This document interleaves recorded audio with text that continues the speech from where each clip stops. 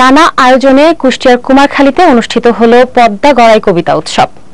জীবনের অন্যায় কবিতা, কবিতার অন্যায় জীবন প্রতিপাদ্যে উৎসবে প্রধান অতিথি হিসেবে আলোচনা ও কবিতা পাঠ করেন কবি মাকিদ হায়দার।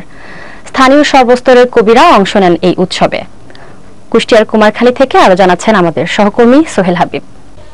জাতীয় ও সাংগঠনিক পতাকা উত্তোলন, জাতীয় সঙ্গীত পরিবেশন এবং শান্তির প্রতীক সাদা কবুতর উড়িয়ে শুরু হয় কবিতা উৎসব।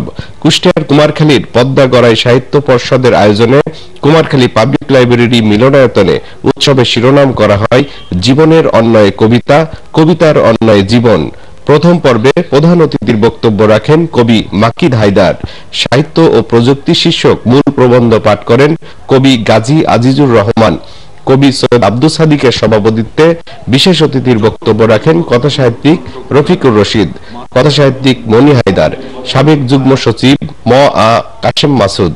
আলোচনা করেন কবি মকলেস মুকুল, সরাকার সোহেল আমিন বাবু ও নাট্যকার লিটন আব্বাস। সঞ্চালকের দায়িত্ব পালন করেন কবি বাবলু জোয়াদ্দার।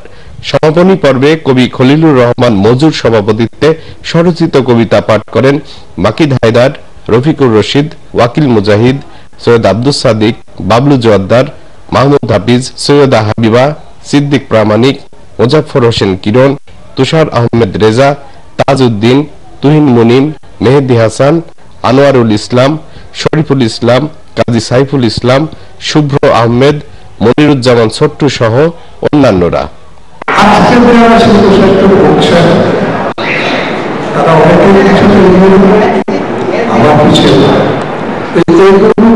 খেলাতে যারা থাকবেন তারা কিন্তু লক্ষ্যে পৌঁছাতে পারবেন না।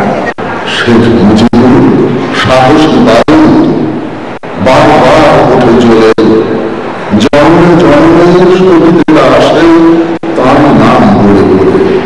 মনে করো ওইখানেতে রবীন্দ্রনাথ আছেন, ওদের মতো ছায়ার মতো কি শরীরের মায়ার মতো